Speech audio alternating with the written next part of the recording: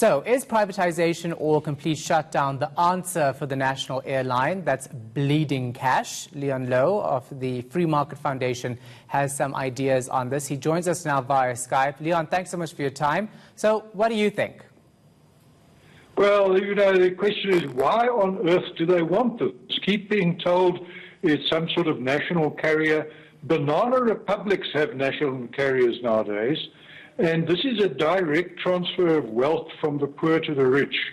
What the minister has to do now, Tito Mboweni, is take money earmarked for spending on the poor and pour it into this infinite pit of South African Airways, now running at something like, by the time the various bailouts and guarantees and future bailouts that have been talking about have occurred, we're talking about the 60 billion rand or so, the equivalent of 500,000 RDP houses, 500,000.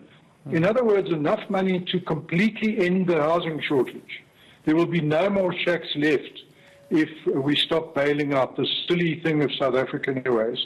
We hear these weird things like a flag carrier. For heaven's sake, fly a flag on a pole. You don't have to fly an aeroplane. And that it's strategic. Well, that's just nonsense. You can fly anywhere in the world right now to every single landing strip and runway without South African Airways.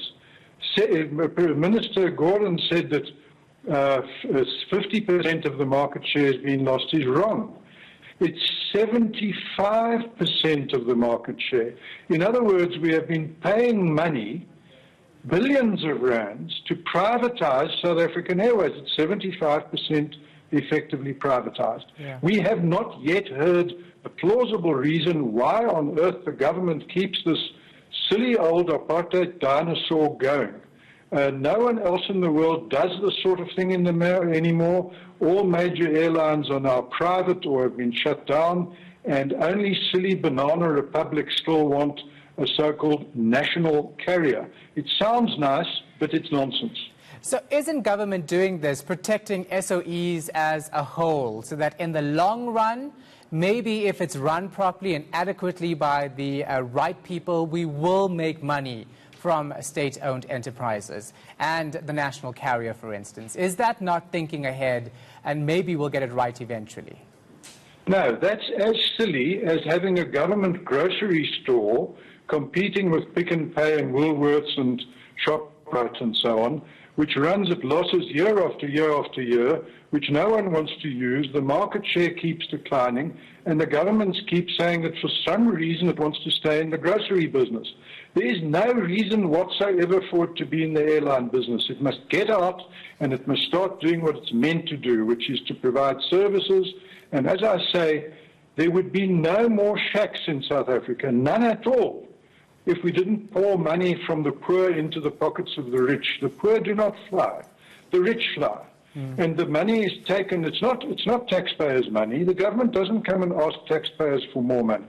It diverts money from budget items. It diverts money from where it was going to go, which is on education and on welfare and on housing and on healthcare and on policing and security. This is where the money is taken from. Every billion rand spent on South African Airways is less policing and therefore more people raped, more people murdered, more crime committed. And if this money went to what the government should do and can do, then it would make some sense. There is absolutely no logic in wanting this airline at all. Why on earth does it want it? The private sector can carry and will happily carry the remaining few passengers that South African Airways carries, and all of the people working for South African Airways will have better jobs. They'll have jobs in a viable, dynamic, successful enterprise instead of a failing, corrupt enterprise. But let's say even if the government could run a successful grocery store or a successful clothing store, it shouldn't, because it doesn't need to. It should actually do what the private sector doesn't do and the sector is unable to do, which is like running police forces and courts and building infrastructure. To pour this money into a business that the government shouldn't be in at all, There's no reason for it, even if it can do it successfully, which it can't. Yeah. And I have 100,000 Rand wager with Togana that he will fail in his 3 years. Geez, Leon, and if he loses, that 100,000 will go to charity. Leon, you're far from being an optimistic person on this one, that's for sure.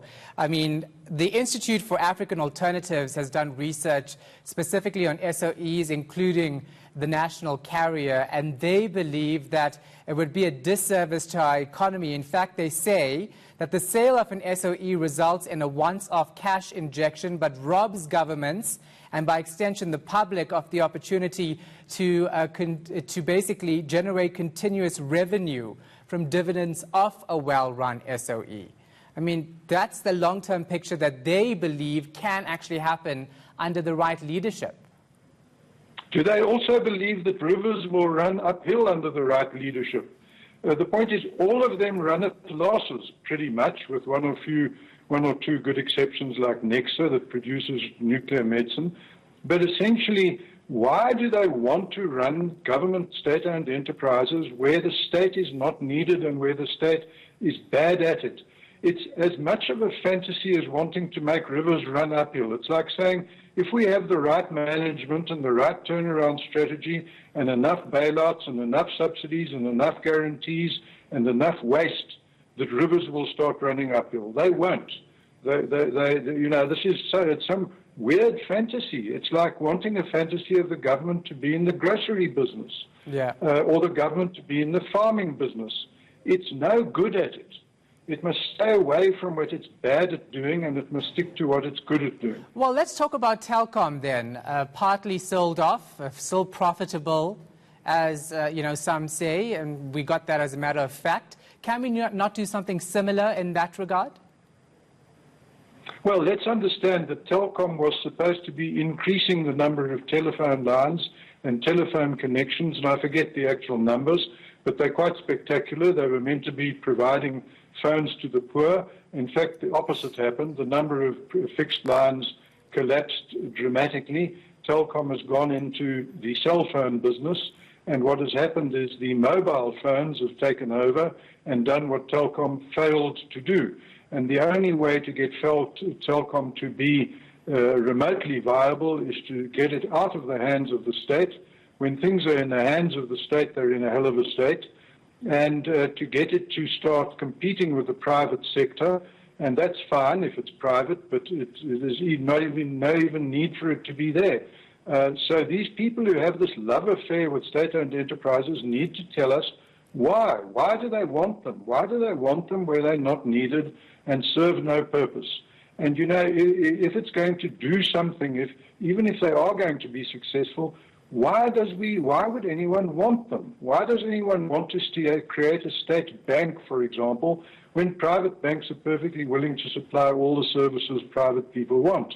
Well, because of overcharging, for instance. If you look at the banking industry, if you look at the cell phone industry, I mean, citizens are being overcharged because it's owned by the private sector. There's no intervention from government's part. The fear is that that could happen again with public transport, with the public transport system, with Transnet, with SAA, all of those markets in particular. I mean, those are some of the examples and fears that people have when it comes to privatization. Do you not agree with at least 1% with those sentiments, or are you totally negative about this entire thing? No, this is a completely phony argument. There is absolutely no evidence that there is overcharging on any of those things. Let's say, for example, the cell phone industry. Our rates, which we've looked at, everyone talks about it, but nobody bothers to look at the data. The fact that our prices are slightly below average for most of the services, and our handsets are amongst the cheapest in the world. They're heavily subsidized. And Telkom is no cheaper than any of the others. It's simply operating as a similarly priced competitor. And let's say, for example, the government decides it wants to go into the clothing business. Are we going to be told that the current clothing suppliers are, quote, overcharging, unquote? This is a favorite phrase. Banks are supposedly overcharging. It is nonsense. Don't we have one of the highest banking fees in the world, though? No, don't we have one of the highest data fees in the world as well? No, that is simply not true. That is simply I don't know if you're asserting it or asking it. If you're asking it, the answer is no, nowhere near the highest in the world. And there was this silly thing that floated around saying, comparing ours to the four-country meme. It was India, I think, and Nigeria and Namibia and so were meant to be cheaper. That was simply nonsense. The Indian one was firstly more expensive than our cheapest data deal, which was available from SAA, and secondly, it was a once-off loss leader in one town in one part of India. It was not the charge in India. So those memes, those sort of myths that float around, you need to actually, as we have done, is check the actual data. And well, research by ICT Africa. Hold on. I mean, I know that you're trying to throw all of this research aside by what you're saying, but listen to this. Research by ICT Africa shows that the price of data in South Africa has not changed for the past 2 years and is the most expensive of all leading African economies. That is not something that somebody's just made up. It's research that has looked at African countries and compared it. So how can you say it's all nonsense?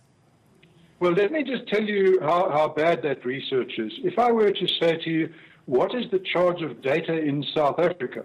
How would you answer that question? The country you know well, that question is almost impossible to answer because there are multiple deals, data by itself, high levels of data, low levels, data in packages, data with and without phones.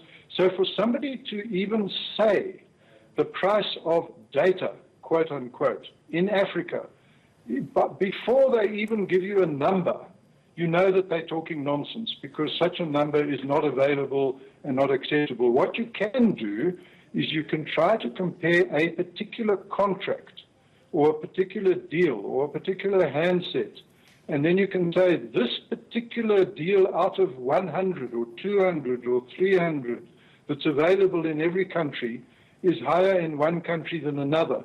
But as soon as somebody says to you the price of data in Africa is something, before you even hear that outcome, you know that it's nonsense. I mean, there's so many comparisons and comparative studies that have been done on this, as well as banking fees in South Africa that show it.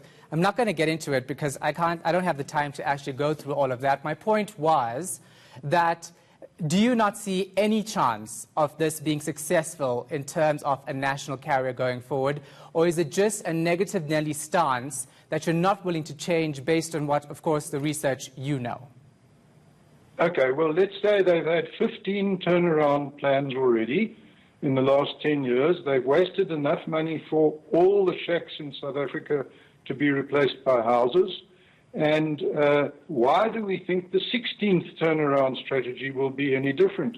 If you do the same thing over and over and it fails, doing the same thing again, it will fail again. I don't know why anyone wants the national carrier. I don't know why anyone wants South African Airways. And I don't know why anyone thinks that another turnaround strategy, they spin around like tops. Nobody knows what direction they're facing it. Endless boards, endless CEOs, endless managers, endless turnaround strategies. They carry on and on and on, one a year on average or more than one a year, and they all fail. Now, why does somebody think they're about to start succeeding? I don't get it.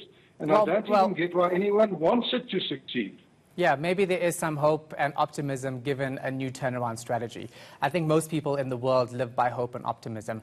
Thank you so much for your time, sir. We appreciate it, especially your insight. That was Louw of the Free Market Foundation.